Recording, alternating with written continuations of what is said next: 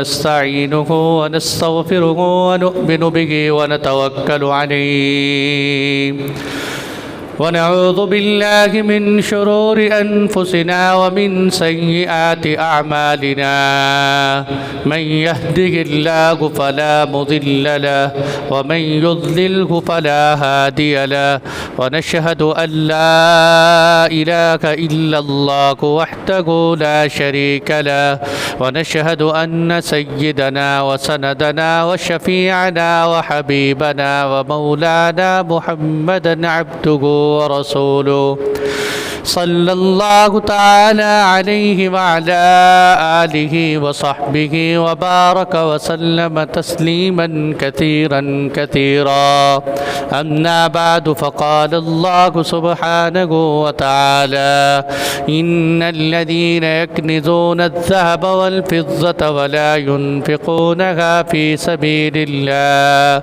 فبشرهم بعذاب أليم يوم يحمى عليها في نار جهنم فتقوى بها جباههم وجنوبهم وظهورهم هذا ما كنزتم لأنفسكم فذوقوا ما كنتم تكنزون وقال النبي صلى الله عليه وسلم الزكاة قنطرة الإسلام صدق الله مولانا العظيم وصدق رسوله النبي الكريم ونحن على ذلك من الشاهدين والشاكرين والحمد لله رب العالمين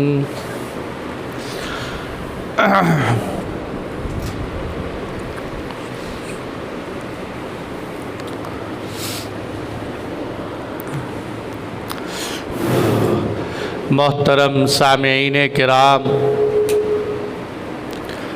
گزشتہ جمعے زکوٰۃ کے فضائل، زکوٰۃ کی اہمیت، زکوٰۃ کے فوائد اور زکوٰۃ نہ دینے کی وعیدوں سے متعلق آپ حضرات سے گفتگو کی۔ آج کی اس نشست میں زکوٰۃ کے اساسی اور بنیادی مسائل کا تذکرہ کروں گا۔ اللہ جل جلالہ سے بہت امید ہے کہ انشاءاللہ اگر ہم زکوٰۃ کے ان بنیادی مسائل کو سمجھیں گے تو زکوٰۃ کا پورا کنسیپٹ سمجھ آ جائے گا، زکوٰۃ کا پورا باب سمجھ آ جائے گا۔ زکوٰۃ کے ان مسائل کو نہ سمجھنے کی وجہ سے انسان بہت مقامات پر زکوٰۃ کے مسائل میں ٹھوکر کھا جاتے ہیں، اور اللہ جل جلالہ سے دعا ہے کہ وہ قرآن و سنت کی روشنی میں زکوٰۃ کے مسائل بیان کرنے کی توفیق عطا فرمائے۔ میرے دوستو، زکوٰۃ سب سے پہلے یہ سمجھنے کی ضرورت ہے کہ شریعت نے ایک نصاب متعین کیا ہے۔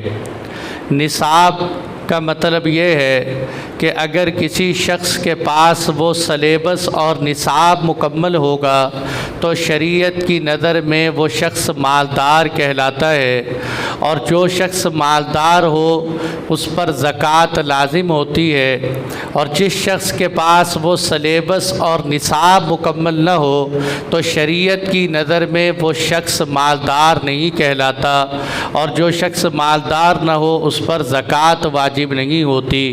قطع نظر اس سے کہ عوام کے اندر کوئی مالدار مشہور ہے، عوام کے اندر کوئی غریب مشہور ہے، ہم عوامی رائے کو نہیں دیکھیں گے بلکہ ہم شرعی اصطلاح کے اندر یہ فیصلہ کریں گے کہ شریعت کس کو مالدار تصور کرتی ہے اور کس کو غریب تصور کرتی ہے۔ ورنہ کہنے کو، حالات سننے کو تو مالداروں کے حالات سننے انسان بیٹھ جائے تو وہ بھی ایسے حالات سناتے ہیں کہ یوں لگتا ہے جیسے اس سے بڑا غریب اور بیکاری کوئی نہیں۔ تو اصل بات یہ ہے کہ شریعت کی نظر کے اندر کون مالدار ہے اور شریعت کی نظر میں کون غریب ہے۔ تو شریعت نے ایک نصاب متعین کیا ہے، اور دوسری بات سمجھنے کی یہ ہے کہ وہ نصاب کے اندر کیا کیا چیزیں، کس کس بات پر جو ہے انسان پر زکوٰۃ واجب ہوگی۔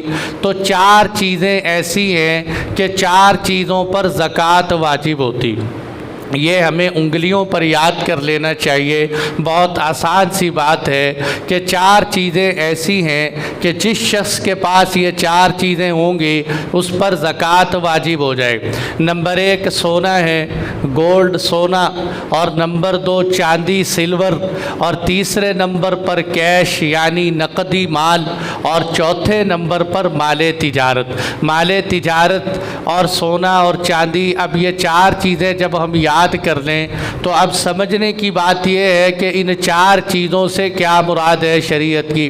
سونا چاہے وہ ڈلی کی شکل میں ہو، سونا چاہے وہ زیور کی شکل میں ہو، سونا چاہے استعمال میں ہو چاہے استعمال میں نہ ہو، سونا بے شک بینک کے لاکرز میں پڑا ہوا ہو، سونے پر ہر حال میں زکوٰۃ لازم ہوتی ہے۔ سونا چاہے اس کے اندر کھوٹ شامل ہو چاہے اس میں کھوٹ شامل نہ ہو، ہر حال میں سونے پر زکوٰۃ لازم ہوتی۔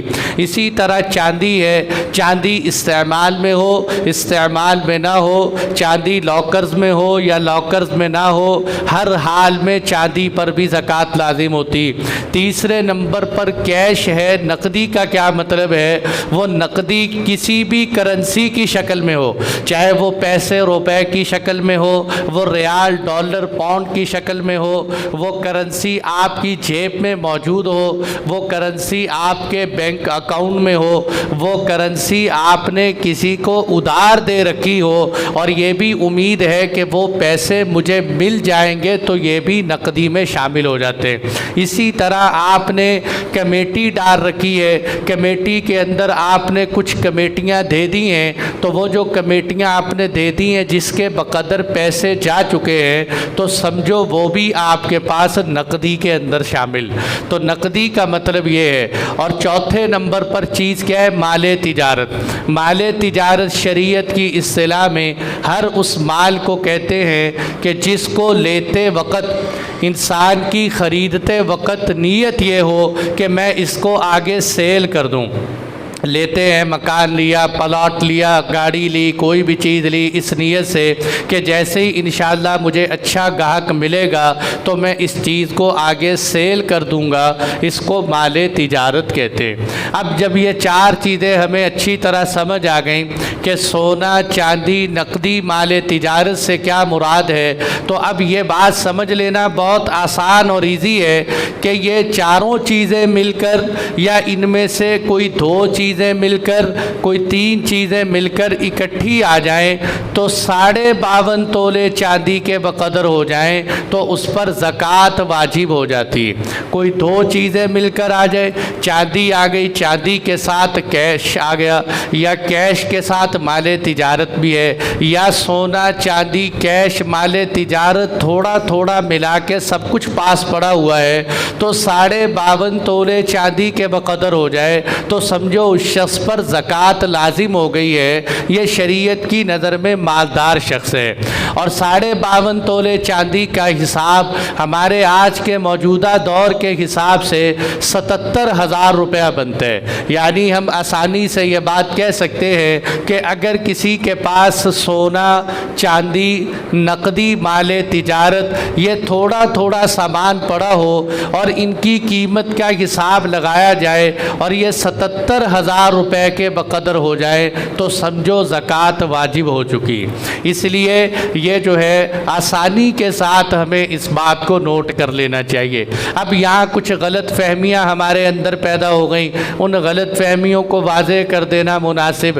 پہلی بات لوگ یہ سمجھتے ہیں کہ دیکھو جی زکوٰۃ جو ہے اگر کسی کے پاس 1 تولہ سونا ہو اور اس کے پاس 40-50 ہزار روپیہ پڑا ہو، وہ کہتا میرے اوپر تو زکوٰۃ ہے ہی نہیں، اس لیے کہ میرے پاس تو 1 تولہ سونا ہے اور 77,000 روپیہ بھی نہیں، اس لیے کہ میرے پاس تو 50,000 روپے، اور یہ کہتے ہیں کہ سونا تو 7.5 تولے سونا ہو تو تب زکوٰۃ لازم آتی۔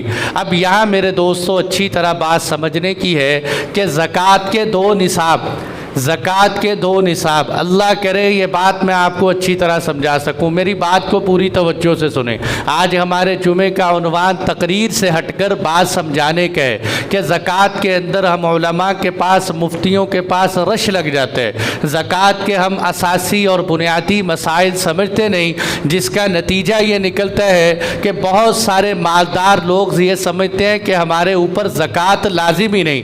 اور جب آپ یہ نصاب سنیں گے، میں نے جس کو بھی زکوٰۃ کا نصاب سمجھایا تو مجھے آگے سے جواب میں کہتے ہیں مولوی صاحب پھر تو کوئی بھی نہیں بچے گا، پھر تو سب پر زکوٰۃ لازم ہو رہی۔ زکوٰۃ کا نصاب اتنا چھوٹا ہے کہ اگر آپ سنیں گے تو انشاءاللہ مجھے امید ہے کہ اس جمعے کی نشست میں آپ بہت سارے لوگ یہ فیصلہ کر کے اٹھیں گے کہ ہم پر بھی زکوٰۃ لازم ہو چکی۔ اس لیے اس بات کو اچھی طرح ذہن نشین کریں کہ سونے کے زکوٰۃ کے 2 نصاب، زکوٰۃ کے 2 سلیبس، ایک ہے 7.5 تولے سونے کا سلیبس اور ایک ہے 52.5 تولے چاندی کا سلیبس۔ اب مسئلہ کیا ہے کہ حضور صلی اللہ علیہ وسلم کے زمانے میں یہ دونوں نصاب برابر چلتے تھے۔ آپ صلی اللہ علیہ وسلم کے زمانے میں یہ نصاب برابر چلتے تھے، تو مسئلہ سمجھنا اتنا مشکل نہیں۔ اب مسئلہ سمجھنا اتنا مشکل کیوں ہو گیا کہ چاندی کا ریٹ 1400-1500 تک ہے اور جبکہ سونے کا ریٹ 1 تولے کا 1 لاکھ سے اوپر جا رہے۔ تو اب اتنا بڑا تفاوت، اتنا بڑا فرق ہے کہ 52.5 تولے چاندی کی قیمت دیکھی جائے تو وہ 77,000 بن رہی ہے، جبکہ 1 تولے کی قیمت 1 لاکھ سے زیادہ جا رہی۔ تو اتنا بڑا فرق آ گیا۔ اب یہاں سمجھنے کی بات میرے دوستو یہ ہے کہ سونے کا نصاب کہاں لاگو ہوگا، چاندی کا نصاب کہاں لاگو ہوگا۔ ایک نصاب ہے 7.5 تولے سونے کا اور ایک نصاب ہے 52.5 تولے چاندی کا۔ اب 7.5 تولے سونے کا نصاب کہاں نافذ ہوتا ہے کہ اگر کسی شخص کے پاس وہ جو 4 چیزیں میں نے بتائیں، سونا، چاندی، نقدی، مال تجارت، اس میں سے کسی کے پاس صرف اور صرف سونا ہو اور نہ اس کے پاس چاندی ہے، نہ اس کے پاس نقدی ہے، نہ اس کے پاس مال تجارت ہے، اور ایسا بندہ مارکیٹ میں شارٹ ہے، ملتا نہیں ہے کہ جس کے پاس سونا تو ہو اور اس کے پاس نقدی 10-15 روپے نہ ہو۔ اگر کسی بندے کے پاس صرف اور صرف سونا ہے، باقی 3 چیزیں نہیں ہیں، تو اس شخص کے پاس 7.5 تولے سونے کا ہونا ضروری۔ اس کے پاس 7.5 تولے سونے کا ہونا ضروری ہے، لیکن یہ صورت پیش بہت کم آتی ہے کہ کسی کے پاس تولہ سونا ہو اور اس کے پاس کچھ پیسے نہ ہو۔ اگر ایک بھائی کے پاس صرف 1 تولہ سونا ہے اور اس کے ساتھ تھوڑی سی چاندی پڑی ہے، اب اس کا نصاب 52.5 تولے ہوگا اور اس پر زکوٰۃ لازم ہو جائے گی۔ 1 تولہ سونا ہے، 7, 10, 15 روپے پر ہیں، تو اب اس کا نصاب 52 تولے چاندی ہو جائے۔ سونا اس کے پاس 1 تولے، 7 تھوڑا سا مال تجارت پڑے، تو اب اس پر زکوٰۃ جو ہے 52.5 تولے کے حساب سے لازم ہو جائے۔ اس لیے 7.5 تولے ذہن سے بات نکال دیجئے۔ میں تو اکثر ممبر پہ کہتا ہوں ہمیں 52.5 تولے چاندی کا نصاب ہی بیان کرنا چاہیے، اور اس میں 2 وجہ ہیں۔ ایک وجہ تو یہ ہے کہ زکوٰۃ کا بنیادی مسئلہ کیا ہے؟ زکوٰۃ اصل میں ہے غریبوں کے فائدے کے لیے۔ اللہ تعالیٰ نے زکوٰۃ کا جو عنوان دیا ہے یہ انفع للفقراء، کہ جس میں فقیروں کا زیادہ فائدہ ہو، اور 52.5 تولے چاندی کا نصاب لاگو کرنے میں فقیروں کا زیادہ فائدہ ہے کہ زیادہ لوگوں پر زکوٰۃ لازم ہوگی، زیادہ لوگ زکوٰۃ نکالیں گے، زیادہ غریبوں کو ملے گی، اور حضور صلی اللہ علیہ وسلم کی امت کے غرباء کے چولہے آباد ہو جائیں۔ اور دوسرا فائدہ یہ ہے کہ اس میں احتیاط کا پہلو بھی موجود ہے کہ ہم کیوں ایسا نہ ہو کہ 7.5 تولے سونے کا نصاب رکھ لیں اور ہمارے اوپر زکوٰۃ لازم بنتی ہو لیکن ہم زکوٰۃ نہ دیتے ہوں اور گناہگار ہوتے رہیں۔ تو سب سے پہلی غلط فہمی ذہنوں سے یہ نکالیے کہ 7.5 تولے کب ہوگا، 52.5 تولے چاندی کی بات کب ہوگی۔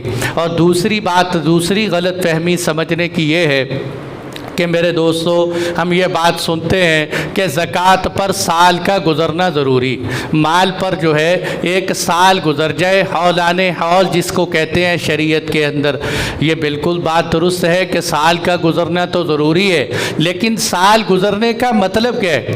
ہم یہ سمجھتے ہیں کہ ہر مال کے اوپر سال گزرے تو زکوٰۃ لازم ہو گئی۔ مثال کے طور پر ایک بندے کے پاس 10 لاکھ روپیہ آج کی ڈیٹ میں آیا ہے تو ہم یہ سمجھتے ہیں کہ اگلے سال تک یہ 10 لاکھ روپیہ موجود ہوگا تو زکوٰۃ لازم ہوگی، حالانکہ شریعت کی اصطلاح میں ایسا نہیں۔ شریعت کے ہاں زکوٰۃ کے اندر سال شمار کرنے کا مطلب کیا ہے؟ شریعت یہ کہتی ہے کہ اگر تمہارے پاس نصاب کے بقدر مال آ جائے، تمہارے پاس 77,000 کی مالیت آ گئی، تم ڈیٹ نوٹ کر لو کہ آج 15 اپریل کی ڈیٹ کو میرے پاس زکوٰۃ کی مالیت آ گئی، میں شریعت کی نظر میں مالدار ہو، صرف ڈیٹ نوٹ کر لو۔ اگلے سال جب 15 تاریخ آئے 15 اپریل کی، تو اس 15 اپریل کو بیٹھ کر اب آپ اپنے مال کا حساب لگائیں۔ اب ہوتا کیا ہے کہ درمیان میں بہت سارا مال آیا، بہت سارا چلا گیا، کچھ مال آیا کچھ گیا، اس کو دیکھنے کی ہمیں ضرورت نہیں، ہم سال کی ابتدا نوٹ کریں، سال کی انتہا نوٹ کریں۔ جو سال کی انتہا ہے اور اس سال کی انتہا میں ہم دیکھیں اب ہمارے پاس جتنا مال پڑا ہوا ہے اس مال پر زکوٰۃ نکال دیں۔ یہاں سے یہ بات سمجھ لینی چاہیے کہ 15 اپریل اگلے سال 15 اپریل سے ایک دن پہلے یعنی 14 اپریل کو اگر کسی آدمی کے پاس پیسے آ گئے تو 15 اپریل کو اس کی بھی زکوٰۃ نکالنی پڑے گی، تو 15 اپریل کو اس کی بھی زکوٰۃ نکالنی پڑے گی، بشرطے کہ دیکھو یہ صورت سمجھ آ گئی بہت آسانی سے کہ ابتدا اور انتہا دیکھنی، لیکن درمیان میں 77,000 سے بھی کم ہو گیا، 50,000 ہو گئے، 30,000 روپے رہ گئے، یا 20 اور 10,000 روپے رہ گئے، تو تب بھی سال کی ابتدا اور انتہا دیکھیں گے، درمیان کو نہیں دیکھیں۔ ہاں اگر کسی بھائی کے پاس سال کے درمیان میں خدا نخواستہ اتنا مال کم ہوا، اتنا کم ہوا کہ یہ بالکل زیرو پہ آ گیا، یہ بالکل کنگال ہو گیا، یہ خود زکوٰۃ کا ایک قسم کا مستحق بن گیا، اب اس بندے کا سال ٹوٹ گیا، اب یہ دوبارہ جب اس کے پاس پیسے آئیں گے تو سال نوٹ کر لے۔ اپریل کی جو ہے ڈیٹ کو ایک بندے کے پاس 15 اپریل کو ہم نے حساب لگایا تھا، اب درمیان میں جون جولائی میں جا کے یہ بالکل زیرو پہ آ گیا، اور پھر اس کے پاس آگے جا کے مئی کے اندر پھر پیسے آ گئے، اب اس کا سال مئی سے شروع ہوگا اور اگلے سال یہ مئی کے اندر جا کر اس کا حساب کرے گا، تو یہ مطلب ہے زکوٰۃ کے اندر سال کا، یہ مطلب نہیں ہے کہ ہر مال کے اوپر پورا سال گزرے، بلکہ اصل مال صاحب نصاب پر ایک سال گزر جائے، درمیان میں جو بھی مال حاصل ہوگا اس پر بھی زکوٰۃ لازم ہوگی۔ یہ بات امید ہے اللہ کی ذات سے آپ حضرات کو سمجھ آ گئی ہوگی کہ حولان حول سال گزرنے کا مطلب کیا ہے۔ اور یہاں بہت سارے بھائیوں کے ذہن میں یہ بات آتی ہوگی کہ ہم تو زکوٰۃ رمضان میں نکالتے، ہم تو رمضان میں زکوٰۃ دیتے ہیں۔ میرے دوستو زکوٰۃ آپ بے شک رمضان میں دے دیں، لیکن یہ بات ہو رہی ہے حساب کرنے کی، حساب ہم 15 ڈیٹ کا کریں گے، حساب ہم اس تاریخ کا کریں گے جس پہ ہمارا سال مکمل ہوتا ہے۔ زکوٰۃ آپ بے شک رمضان میں ادا کرتے۔ یا ایک بھائی ہے وہ یہ کہتا ہے کہ جی میں اپنا مہینہ تبدیل کرنا چاہتا ہوں، میں یہ چاہتا ہوں کہ میری زکوٰۃ جب بھی آئے تو حساب بھی رمضان میں آئے اور ادائیگی بھی رمضان میں کر دوں۔ تو اس کا بڑا آسان حل ہے، ایک بندے پر زکوٰۃ کا مہینہ جو ہے سال کے اعتبار سے رجب کا بنتا ہے، اب وہ یہ چاہتا ہے کہ میری زکوٰۃ ہر سال رمضان میں آئے، تو وہ کیا کرے کہ جب رجب کے اندر حساب کرے تو شعبان کا بھی حساب کر دے، رمضان کا بھی بیچ میں 2 مہینوں کا حساب اضافی کر دے، آئندہ اگلے سال اس کی زکوٰۃ کا حساب رمضان میں بن جائے۔ تو اس طرح اگر کوئی بھائی جو ہے رمضان کے اندر حساب لے جانا چاہتا ہو تو وہ اس طرح بھی اپنا حساب لے جا سکتا ہے۔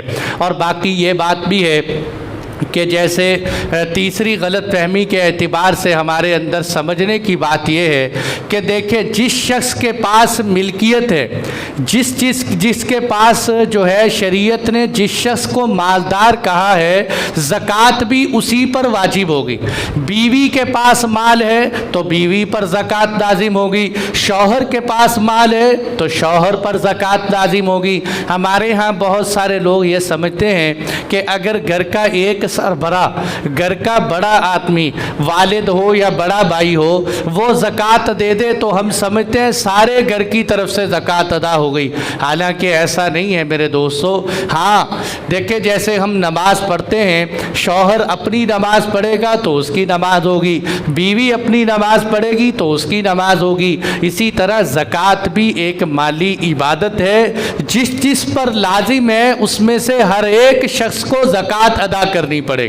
ہاں یہ ہو سکتا ہے کہ گھر کا سربراہ باقی افراد کی اجازت لے کر ان کی طرف سے بھی زکوٰۃ دینا چاہے تو ان کی طرف سے بھی مکمل حساب کر کے زکوٰۃ دے۔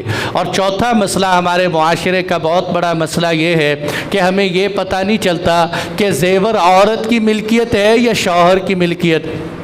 دیکھیں وہ زیور جو لڑکی کو سسرال والے ڈالتے ہیں، یعنی لڑکی کے ماں باپ ڈالتے ہیں، لڑکی کے والدین جو بچی کو سونا ڈالتے ہیں وہ تو کنفرم سونا بچی کا ہی، اس پر تو زکوٰۃ بچی پر ہی لازم ہوتی، لیکن وہ سونا جو لڑکے والے بچی کو ڈالتے ہیں یہ سونا بچی کا ہے یا نہیں ہے، اس معاشرے میں ہمارے حوالے سے ہمارے ہاں کوئی بات واضح نہیں کی جاتی۔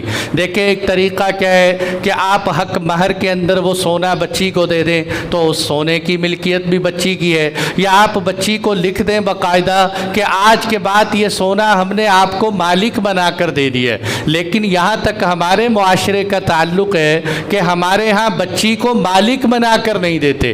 اس کا پتہ کہاں سے چلتا ہے کہ جب طلاق کا مسئلہ کھڑا ہوتا ہے، جھگڑا کھڑا ہوتا ہے تو فوراً سسرال والے کہتے ہیں لاؤ ہمارا سونا نکالو جو ہم نے تمہیں سونا دیا تھا۔ تو اس سے پتہ چلا کہ وہ سونا اگر بچی کا ہوتا تو سسرال والے اس کا مطالبہ نہ کرتے، لیکن ہمارے ہاں جتنے بھی جھگڑے ہوتے ہیں اس میں بچی سے لڑائی کے وقت سونا واپس لے لیا جاتا ہے۔ تو اس لیے وہ سونا جو لڑکے والوں کی طرف سے لڑکی کو ڈالا جاتا ہے اس کی زکوٰۃ بھی لڑکے پر لازم ہوگی، اس کی زکوٰۃ بھی شوہر پر لازم ہوگی۔ اس لیے یہ باتیں اچھی طرح ہمیں ذہن نشین کر لینی چاہیے۔ اور اسی طرح میرے دوستو ایک بات یہ بھی سمجھنے کی ہے کہ جیسے میں نے بتایا مال تجارت، کہ مال تجارت ہر اس سامان کو کہتے ہیں جو آپ نے اس نیت سے خریدا ہو کہ میں اس کو آگے فروخت کروں، اس کو مال تجارت کہتے ہیں۔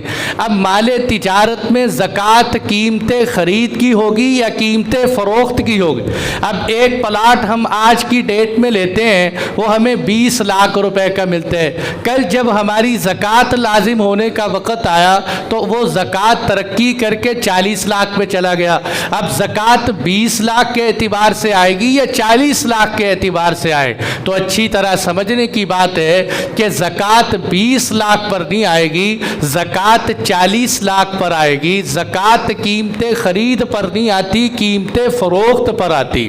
یہ اس میں بھی فقراء کا زیادہ فائدہ ہے، سوائے ایک صورت کے کہ ایک صورت میں گنجائش، مثال کے طور پر سونا ہم جب سنیارے سے لینے کے لیے جاتے ہیں تو سنیارہ ہمیں یہ کہتا ہے کہ لو جی یہ خالص سونا میں آپ کو دے رہا ہوں، حالانکہ وہ خالص تو نہیں ہوتا، اس میں کھوٹ بھری ہوتی ہے، لیکن وہ کہتا ہے میں آپ کو خالص سونا دے رہا ہوں۔ اچھا بھئی یہ خالص سونا کتنے کا دے رہے ہو؟ 10 لاکھ روپے کا آپ کو خالص سونا دے رہے۔ جب کل وہی سونا آپ اسی سنیارے کو جس کے ہاتھ سے وہ بنا ہے جب اس کو فروخت کرنے کے لیے جائے تو وہ کہتا ہے اس میں اتنی کھوٹ ہے، اس میں اتنی کھوٹ ہے، اس میں اتنی کھوٹ ہے۔ وہی سنیارہ پہلے کہہ رہا ہوتا ہے کہ اصل، اور وہی کہہ رہا ہوتا ہے کہ اس میں کھوٹ ہے۔ اب وہ کھوٹ کے پیسے نکال دیتے ہیں اور اصل کے پیسے لے لیتے ہیں۔ تو اسی طرح سونے کے اندر جب زکوٰۃ نکالنی ہو تو اس اصل تو یہی ہے کہ آپ قیمت خرید کے اعتبار سے نکالنا چاہیں تو بہت اچھی بات ہے، لیکن اس بات کی گنجائش ہے کہ آپ سونے کی زکوٰۃ کی قیمت فروخت کے اعتبار سے نکال دیں، اور قیمت فروخت کے اعتبار سے سونے کی قیمت کم ہوتی۔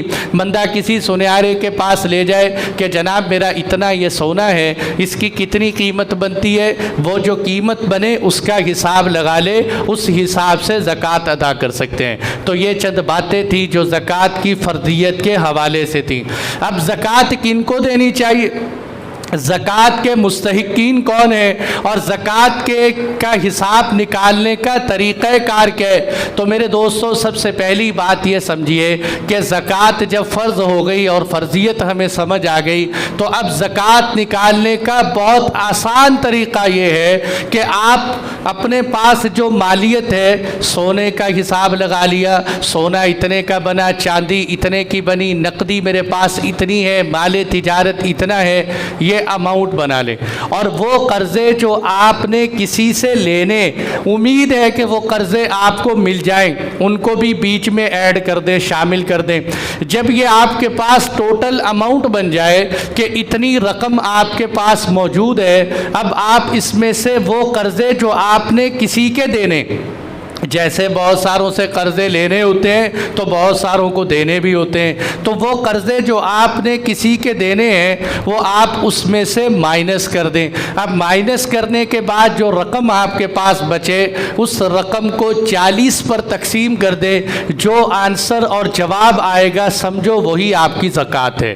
تو 40واں حصہ یا 2.5% ایک ہی بات ہوتی، یعنی 1 لاکھ کے اوپر 2500 روپیہ زکوٰۃ بنتی، 1 لاکھ کے اوپر 2500 روپیہ زکوٰۃ بنتی ہے۔ تو اس حساب سے ہم زکوٰۃ نکال سکتے ہیں۔ زکوٰۃ نکالنے کا یہ بہت آسان اور ایزی طریقہ ہے۔ اسی طرح وہ بہت سارے لوگ جو کہتے ہیں ہمارا کاروبار چل رہا ہے، ہم اپنے کاروبار کے اندر زکوٰۃ کیسے نکالیں، یا میں نے کسی کے ساتھ پارٹنرشپ کر رکھی ہے، میں نے اس کے ساتھ جو ہے شیئرز ہیں میرے، تو میں کیسے زکوٰۃ نکالوں؟ بھائی اس کا بہت آسان طریقہ ہے کہ اپنے کاروبار کے اندر دیکھیں، کاروبار کے اندر مشینری، اور کاروبار کے اندر جگہ، اور کاروبار کے اندر دیواریں، اور اسی طرح کاروبار کا جو اثاثہ جات جو آپ نے سیل کرنے کے لیے نہیں رکھا بلکہ اس سے آپ فائدہ حاصل کرتے ہیں، اس پر تو زکوٰۃ نہیں ہوتی۔ مشینری پر کوئی زکوٰۃ نہیں ہوتی، لیکن اس مشینری سے حاصل ہونے والا خام مال اور تیار شدہ مال اور مشینوں پہ چلنے والا مال، اس سارے کے سارے پر زکوٰۃ لازم ہوتی۔ ایک دیکھیں، اس کو آسان مثال میں ایسے سمجھ سکتے ہیں کہ ایک بندہ مرغیوں کا فارم ڈالتا ہے۔ اب وہ مرغیوں کا فارم اس نیت سے ڈالتا ہے کہ یہ مرغی بڑی کرنے کے بعد یہ بچہ جب بڑا ہو جائے گا میں اس بچے کو سیل کر دوں گا، تو اس صورت میں اس ساری مرغی کے اوپر زکوٰۃ آئے۔ دوسری طرف وہ بھائی ہے جو مرغی اس نیت سے فارم بناتا ہے کہ میں مرغی سیل نہیں کروں گا بلکہ مرغی سے حاصل شدہ انڈے سیل کروں گا، تو اس صورت میں مرغی پر زکوٰۃ نہیں آئے گی، مرغی سے حاصل شدہ انڈوں پر زکوٰۃ آئے گی۔ تو جو چیز ہم سیل کر رہے ہیں اس کا حساب لگا لیں، اس کے اندر سونا چاندی کوئی نقدی ہے اس کا حساب لگا لیں، اور جو قرضے یا واجبات ہم نے دینے ہیں وہ اس میں سے مائنس کر دیں۔ یہاں تک کہ فیکٹری والے، ادارے والے بجلی کا بل بھی نکال سکتے ہیں، اور اسی طرح کاریگروں کی، ملازموں کی تنخواہ بھی نکال سکتے ہیں۔ اس کو نکالنے کے بعد، مائنس کرنے کے بعد جو رقم آپ کے پاس بچے اس کی زکوٰۃ نکال لے۔ اور جو بھائی کسی کے ساتھ حصے دار ہو تو جتنا نفع اس کا بنتا ہے، جس 25% جو ہے اس کا نفع آتا ہے تو وہ 25% کے حساب سے اپنی زکوٰۃ نکال دے۔ جس کے پاس جتنی مالیت ہے اس حساب سے وہی زکوٰۃ نکال دے۔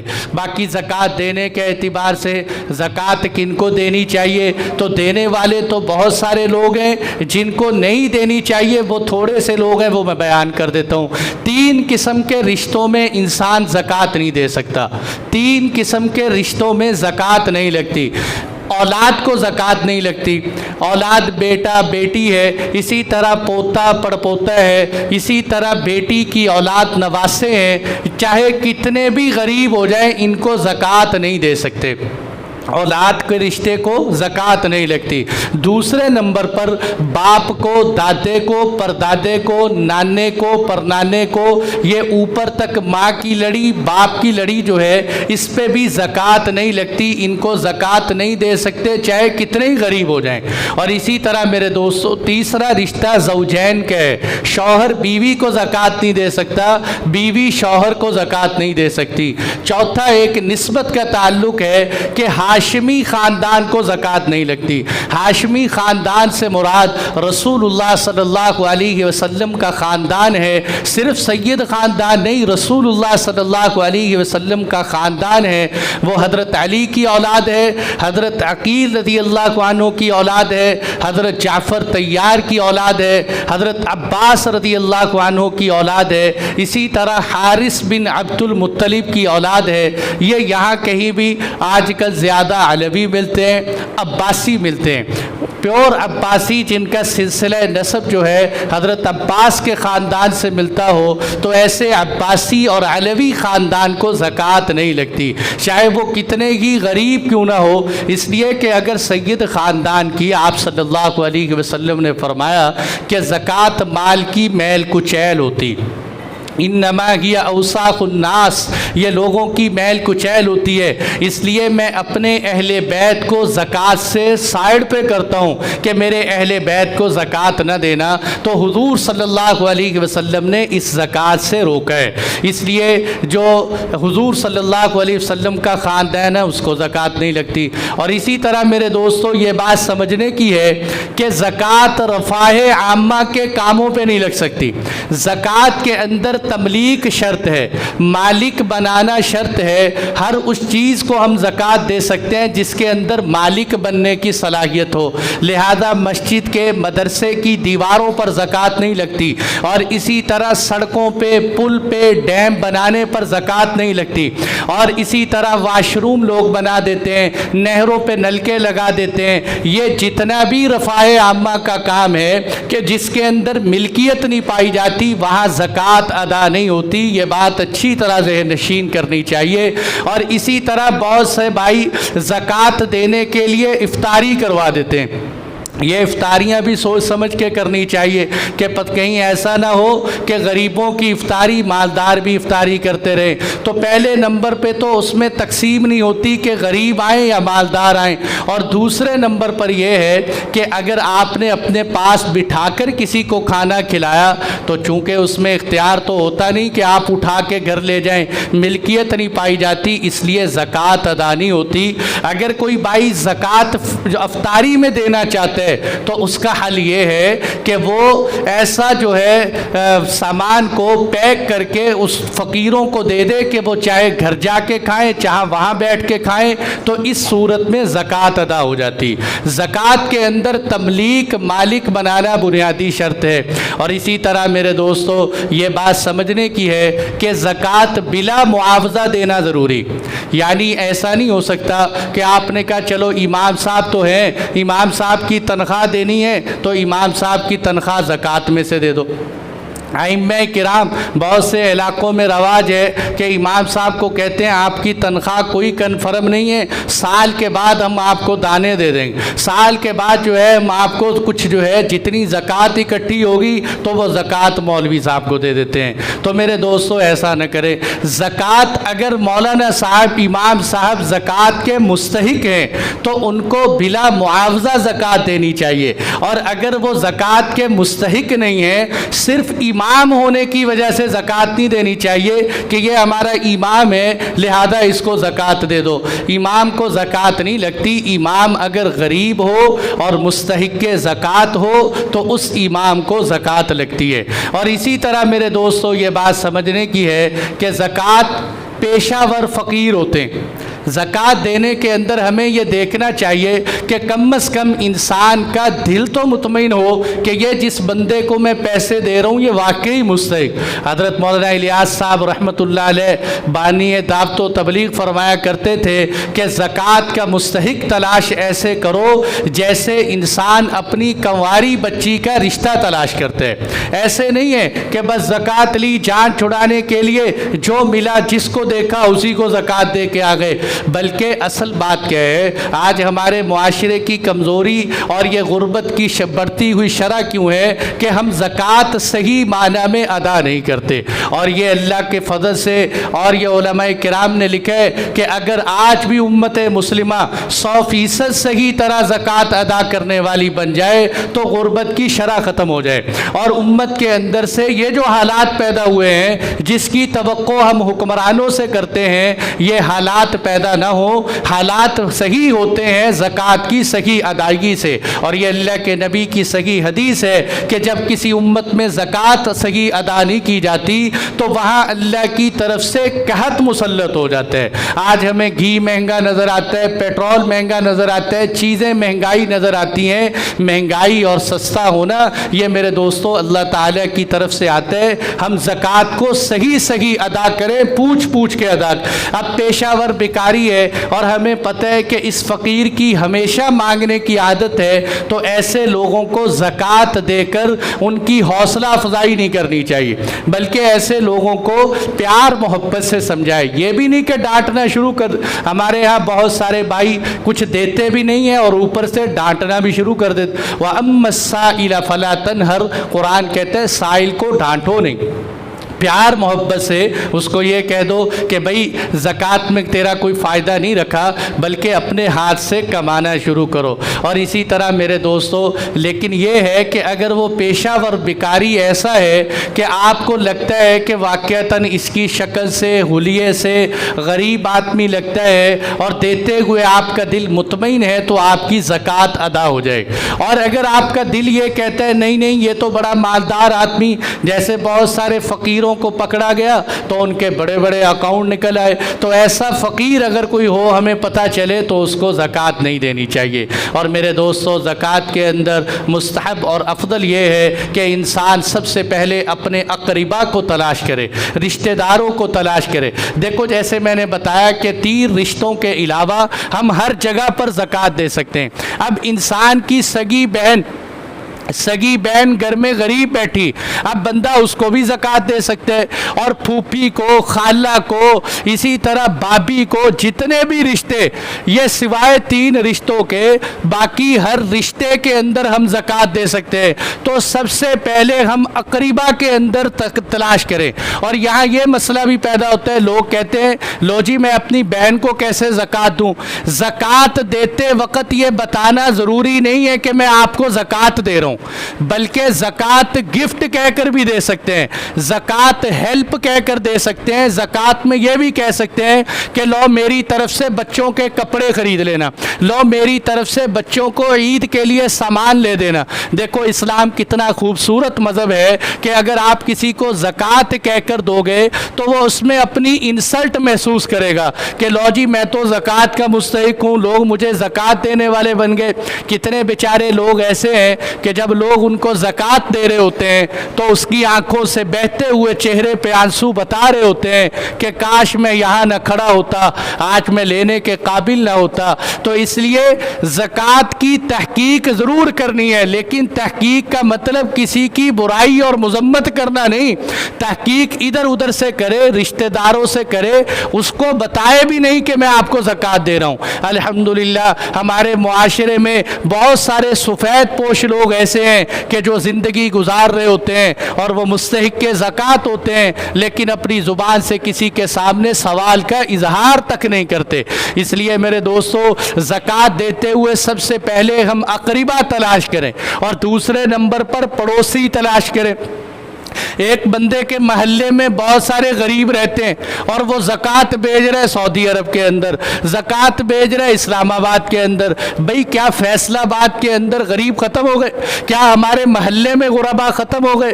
سب سے پہلا حق یہ ہے کہ جہاں انسان رہتے ہیں وہاں کے غربا کا حساب لگائے، اور اسی طرح پھر جب وہاں کے لوگوں کو زکوٰۃ ادا ہو جائے پھر تیسرے نمبر پر انسان کہیں باہر تلاش کرے۔ اور یہ بھی میرے دوستوں بات سمجھ لیں کہ زکوٰۃ کے اندر جیسے میں نے بتایا کہ زکوٰۃ کا مستحق کون؟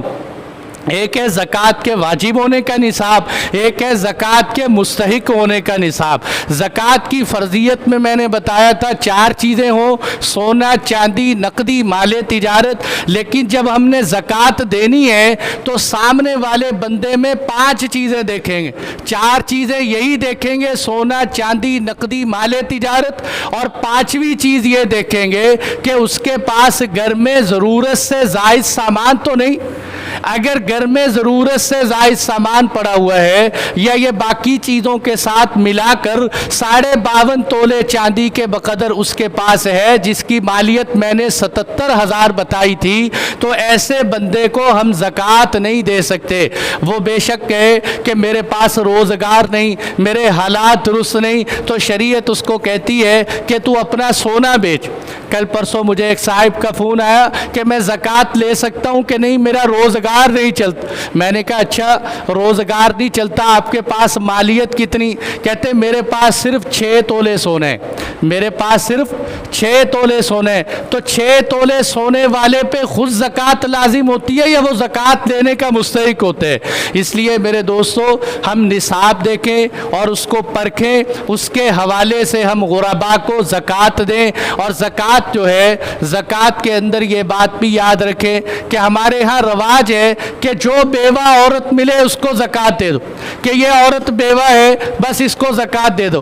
شریعت کے اندر صرف بیوہ ہونا زکوٰۃ کا استحقاق نہیں، بلکہ کیا ہے کہ بیوہ ہو اور ساتھ ساتھ شریعت کی نظر میں غریب ہو، ہماری نظر میں نہیں۔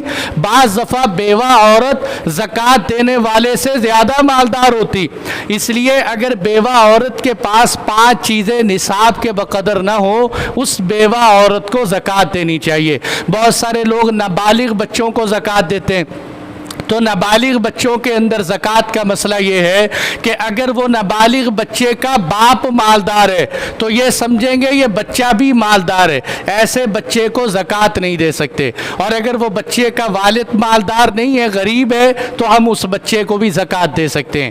اور اسی طرح زکوٰۃ کے اندر یہ آخری مسئلہ سن لیں کہ زکوٰۃ بہت سارے ادارے زکوٰۃ کاٹ لیتے ہیں، بینکوں کے اندر زکوٰۃ کی کٹوتی ہوتی ہے یا کسی اور سرکاری اداروں کے اندر زکوٰۃ کی کٹوتی ہوتی ہے۔ تو میرے دوستو، اگرچہ اس میں کچھ مسائل ہیں، کچھ خرابیاں ہیں، اللہ کرے ان کی تصحیح ہو جائے، لیکن ہمیں جب پتہ ہے کہ بینک ہر سال ہماری زکوٰۃ کاٹتا ہے تو زکوٰۃ کی کٹوتی کا وقت آنے سے پہلے ہم نیت کر لیا کریں کہ میرا وہ پیسہ جو بینک سے کٹے گا وہ زکوٰۃ کی مد میں چلا جائے، تو اس طرح کرنے سے ہماری زکوٰۃ ادا ہو جائے۔ ورنہ اگر نیت نہیں کی تو زکوٰۃ ادا نہیں ہوتی، اس لیے کہ زکوٰۃ کے اندر زکوٰۃ دیتے وقت نیت کا ہونا ضروری، یہاں تک کہ یا حساب کرتے وقت انسان زکوٰۃ کی نیت کر لے یا دیتے وقت زکوٰۃ کی نیت کر لے۔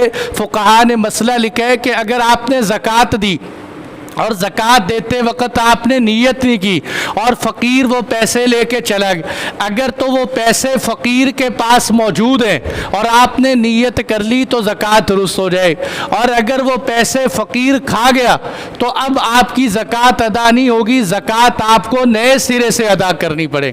اس لیے زکوٰۃ کے اندر نیت کا ہونا ضروری۔